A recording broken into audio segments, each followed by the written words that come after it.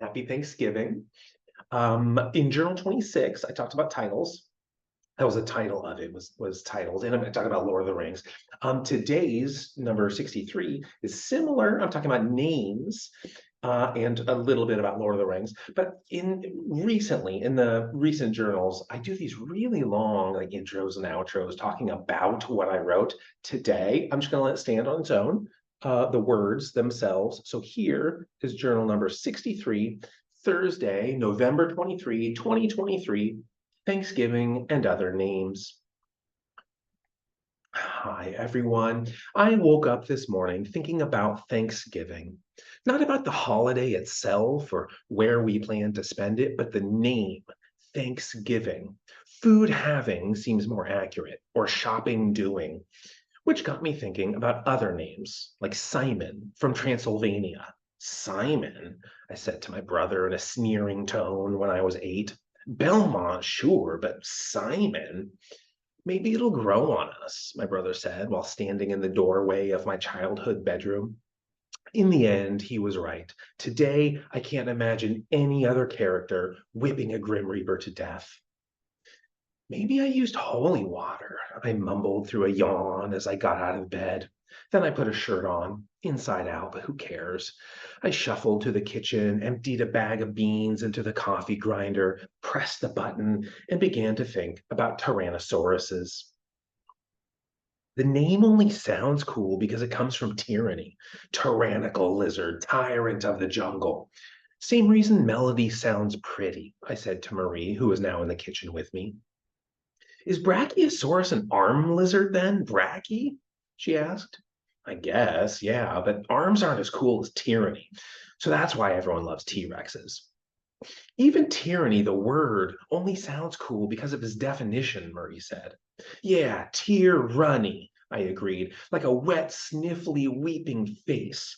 If tyrant were a synonym for crybaby, the word would immediately lose its street cred. Crybaby Saurus Rex doesn't sound badass, but Tyrannosaurus does. And so does Neptune. But if herpes and Neptune had their definitions reversed, herpes would be the cool one, and Neptune would sound funny and taboo. The actual mouth noises don't matter. Saturn and Stegosaurus only sound powerful because of what they describe, planets and dinosaurs. As I poured some more water on the coffee, Marie said, I guess that's why cat is a cute word and kitten is even cuter, but demon doesn't sound cute at all. It's just associations. Assassination is another one, I responded. Assassination. The word itself isn't scary, it's fraternitarily stupid. Instead of giving Marie the chance to respond, I bowled ahead. You know how some people say species and others say species, and both words conjure identical imagery? It would be an improvement upon assassination to pronounce it assassination. But that subtracts from its dread, because that noise doesn't already have an association.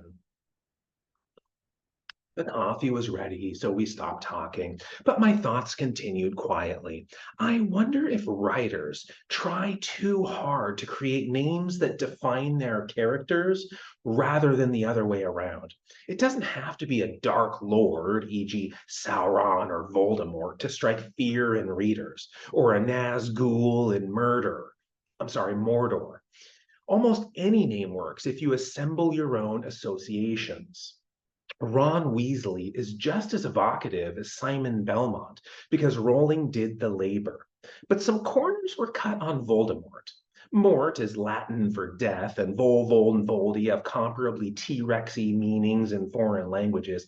But the real lazy shortcut was making every other character call him Lord, or he who shall not be named, even though he was named Tom. If it were a realistic setting, that's what everyone would call him, Tommy Riddle. No self-respecting wizard would address him as Lord Voldemort when Tommy Knock Knock just made that name up to sound cool. At this point in my thinking, Marie and I finished our first mugs of coffee. As we returned for refills, I asked, why are paleontologists so committed to Saurus? Why not call them dragon? Or demon, Marie added. And that concludes my Thanksgiving thoughts for the year. I hope you experience happiness now and it lasts for the rest of the day. And that's it. Thanksgiving wishes.